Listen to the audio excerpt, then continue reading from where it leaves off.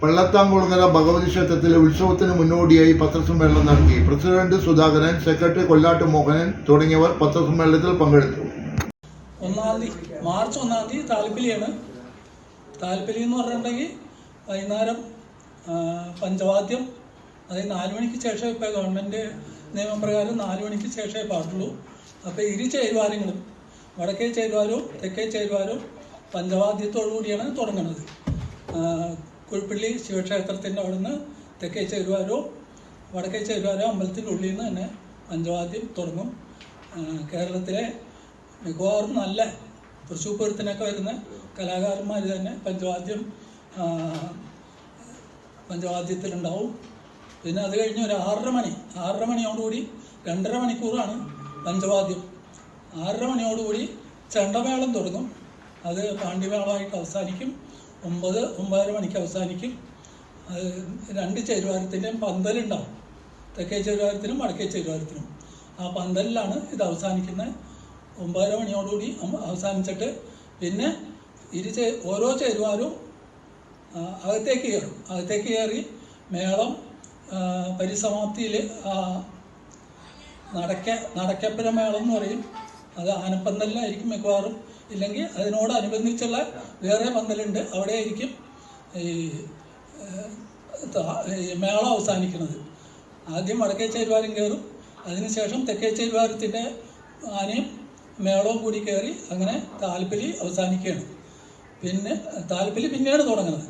രാത്രി 12 മണിക്ക് 12-12:30 പിന്നെ ഇരു ചേരുവാരങ്ങളും പഞ്ചവാദ്യത്തോടു കൂടി ആരംഭിക്കും. അത് ഏതാണ്ട് 2 മണിക്കൂർ നീണ്ടു നിൽക്കും.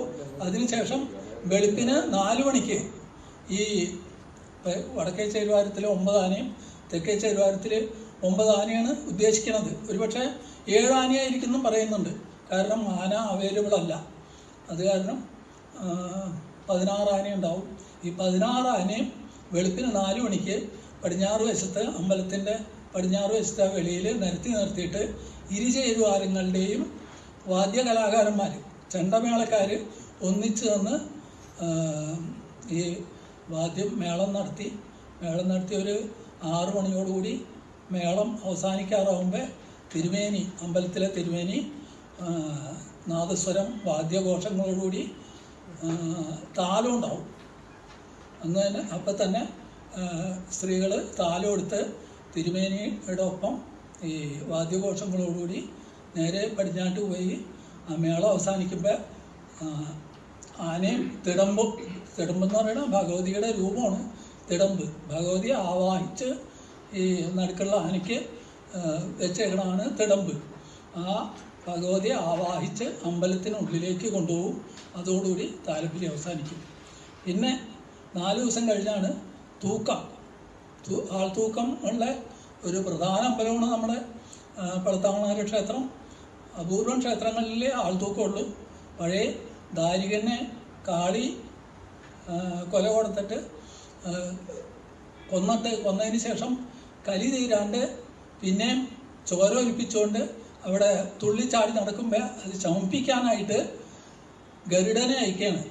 ഗരുഡനെ അയച്ച്, ഗരുഡൻ എന്ന് പറഞ്ഞാൽ രക്തം, ഗരുഡൻ മുറിവേറ്റ ഗരുഡനെ ശിവൻ അയക്കുകയാണ്, അത് വിഷ്ണു അയക്കുകയാണ്. അപ്പോൾ അത് ആ ഗരുഡനെ കാണുമ്പോൾ അതിൻ്റെ രക്തം കുടിച്ച് കാളി കുറച്ച് കലി ശമിപ്പിച്ചിട്ട് പിന്നെ സമാധാനമായിട്ടിരിക്കണമെന്നാണ് അതിൻ്റെ ഐതിഹ്യം. 4-ാം തീയതി ചൊവ്വാഴ്ച തൂക്കം, വൈകുന്നേരം ഒരു 6 മണിയോടുകൂടി 5:45-6 മണിയോടുകൂടി തൂക്കം ഉണ്ടാവും. തൂക്കം കഴിഞ്ഞ് പിന്നെ നട അടയ്ക്കും. 6-ാം ദിവസമാണ് പിന്നെ നട തുറക്കുന്നത്. കഴിഞ്ഞ് പിറ്റേ ദിവസം വേലയുണ്ടാവും. വേല വടക്കേ ചേരുവാരത്തിൻ്റെ പിറ്റേ ദിവസമായിരിക്കും. അതായത് 2-ാം തീയതി 3-ാം തീയതി തെക്കേ ചേരുവാരത്തിൻ്റെ വേലയുണ്ടാവും. അതിനുശേഷം വെളുപ്പിന് 4-ാം തീയതി പടയണി ഉണ്ടാവും. പടയണി എന്ന് പറഞ്ഞാൽ ഒരു വലിയ ചൂട്ട് കത്തിച്ച് അമ്പലത്തിന് ചുറ്റും വെളുപ്പിന് ഏതാണ്ട് 4 മണിക്കാണ് അത് നടക്കുന്നത്.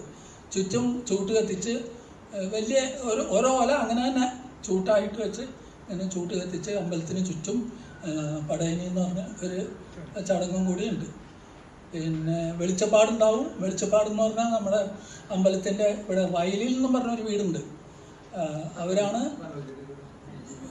മനോജിൻ്റെയൊക്കെ തറവാട് അവരാണ് ശരിക്കും അവിടെ പ്രതിഷ്ഠ നടത്തിയതും അവർക്കാണ് വിഗ്രഹം ആരോ കൊണ്ടേ അവരെയാണ് ഏൽപ്പിച്ചത്. അവരാണെന്ന് അമ്പലത്തിൽ പ്രതിഷ്ഠ നടത്തിയതെന്ന് വെച്ച് അവരാണ് അമ്പലത്തിൻ്റെ കാരണവരെന്നുള്ള നിലയിൽ വന്നിരുന്നത്. അവരാണ് വെളിച്ചപ്പാടായിട്ട് വരുന്നത്. ഇന്നിപ്പോൾ വെളിച്ചപ്പാട് പണ്ട് തുള്ളി ഇതൊക്കെ പറയായിരുന്നു. ഇന്നതൊന്നുമില്ല. ഇന്നിപ്പോൾ അവരുടെ സന്തതി തലമുറകളിൽപ്പെട്ട ഒരാൾ അല്ലെങ്കിൽ 2 പേര് വന്ന് വാളും പരിചയം ഉത്സവത്തിനും 6 ദിവസവും 8 ദിവസം ഉണ്ടാവും. കൊടിയേറ്റം മുതൽ തന്നെ അവരുണ്ടാവും. അവർ വാളും പരിചയം പിടിക്കും. അവരുടെ കുടുംബാംഗങ്ങളിൽ ആണുങ്ങൾ ആരെങ്കിലും ഈ കർമ്മം ഇന്നും നടത്തിക്കൊണ്ടുപോരുന്നുണ്ട്. വെളിച്ചപ്പാടിൻ്റെ ഗുരുതി നടത്തും. മേടമാസത്തിൽ ഗുരുതിയുണ്ട്. അമ്പലത്തിന് വടക്ക് വശത്ത് ഗുരുതി കാലത്ത് 41 ദിവസം അവിടെ പ്രത്യേക പരിപാടികളുണ്ടാവും. വഴിപാടുകളൊക്കെ കഴിക്കാം. പിന്നെ ഒരു പ്രത്യേകത, അമ്പലത്തിൻ്റെ പ്രത്യേകത എന്ന് പറഞ്ഞാൽ ഏക പ്രതിഷ്ഠയാണ്. വേറെ പ്രതിഷ്ഠയൊന്നും അവിടെ ഇല്ല. ഉപദൈവങ്ങളില്ല. ഭദ്രകാളിയുടെ പ്രതിഷ്ഠ മാത്രമാണ്